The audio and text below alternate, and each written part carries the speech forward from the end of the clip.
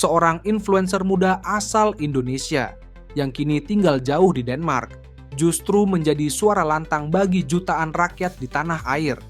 Namanya Salsa Erwina Hutagalung. Beberapa hari terakhir, ia kembali bikin heboh publik lewat pesan emosional yang ia sampaikan di akun Instagram pribadinya.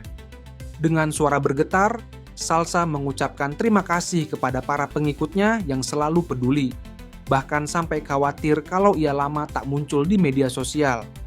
Ia bercerita bagaimana dirinya menenangkan diri lewat meditasi dan menyepi ke alam. Teman-teman, aku mengucapkan terima kasih banyak atas dukungan dari kalian dan kekhawatiran kalian untuk selalu ngecek apakah aku baik-baik aja, apakah aku aman. Dan bahkan kadang-kadang kalau aku nggak ngepost story atau nggak ngepost reels gitu ya, teman-teman langsung kayak apakah ini aman nggak? Dan kalian mulai kontak ke orang-orang terdekat aku gitu. Aku merasa sangat terharu ya dan merasa sangat disayang gitu sama kalian semua. Jadi terima kasih banyak atas kasih sayang itu, terasa sangat hangat di hati aku. Hari ini aku udah bertapa.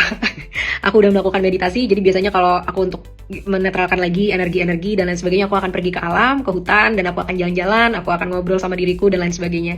Nah, aku mau sharing aja nih sama kalian gitu dari hasil renungan aku gitu ya hari ini. Lalu dari sana lahirlah pesan yang bikin banyak orang merinding.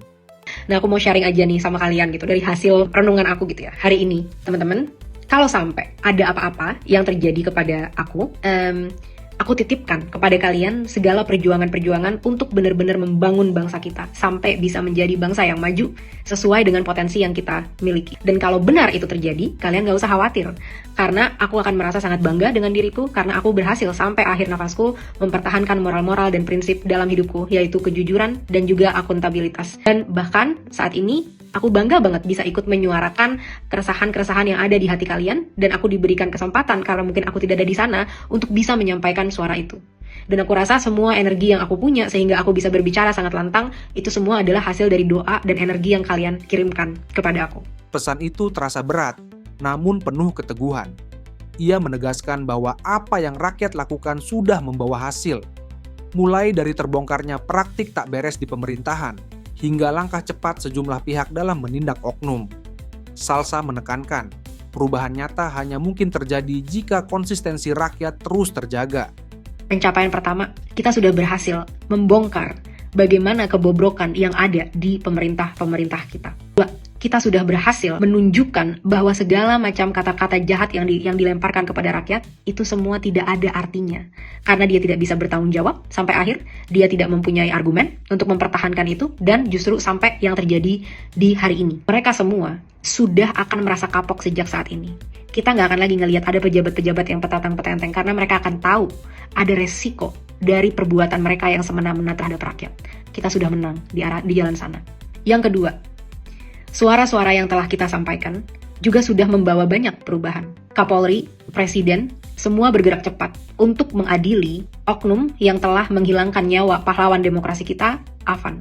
Mungkin pengadilannya memang tidak sesuai dan lain sebagainya, tapi mereka sudah bertindak cepat. Setidaknya, yes, masih bisa lebih baik lagi, tapi setidaknya mereka sudah bertindak cepat. Tiga, aku melihat beberapa hari ini, pemerintah lebih cepat dibandingkan beberapa tahun ini ya. Karena mulai tuh, oh iya, tiba-tiba fraksi ini, fraksi itu menyetujui penghapusan tunjangan-tunjangan dan lain sebagainya. Kemana aja mereka semua? Karena apa? Perubahan hanya bisa terjadi saat terus kita tekan dan ada konsekuensi kalau mereka tidak melakukannya. Jadi, teman-teman, bayangkan kalau ini memang benar-benar diimplementasikan, kita membawa perubahan yang sangat besar untuk hidup kita dan juga generasi mendatang. Dan tidak akan berhenti sampai di sini. Kita akan terus melanjutkannya. Tak berhenti di situ, ia juga menyuarakan 12 tuntutan rakyat yang langsung ditujukan kepada DPR RI dan Presiden.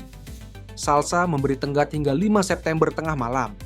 Postingan itu viral, mendapat ratusan ribu likes dan puluhan ribu komentar.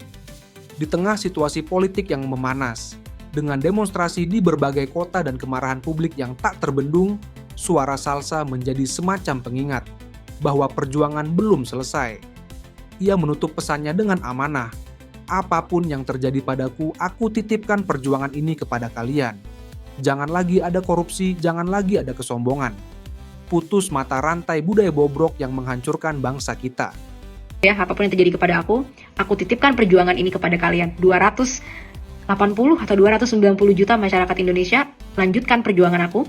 Dan Jangan pernah kita jadi lagi generasi-generasi yang mau melakukan praktek korupsi, yang mau merampok rakyat, yang gila hormat, yang arogan, yang budayanya sangat feodal dan selalu minta dihormati. Kita putus mata rantai budaya bobrok yang sudah menghancurkan negara kita ini. Bersama-sama kita bisa, dan kita fokus terhadap apa yang mungkin kita bisa capai bersama-sama. Terus kita tuntut teman-teman, 12 tuntutan kita sebelum 5 September tengah malam.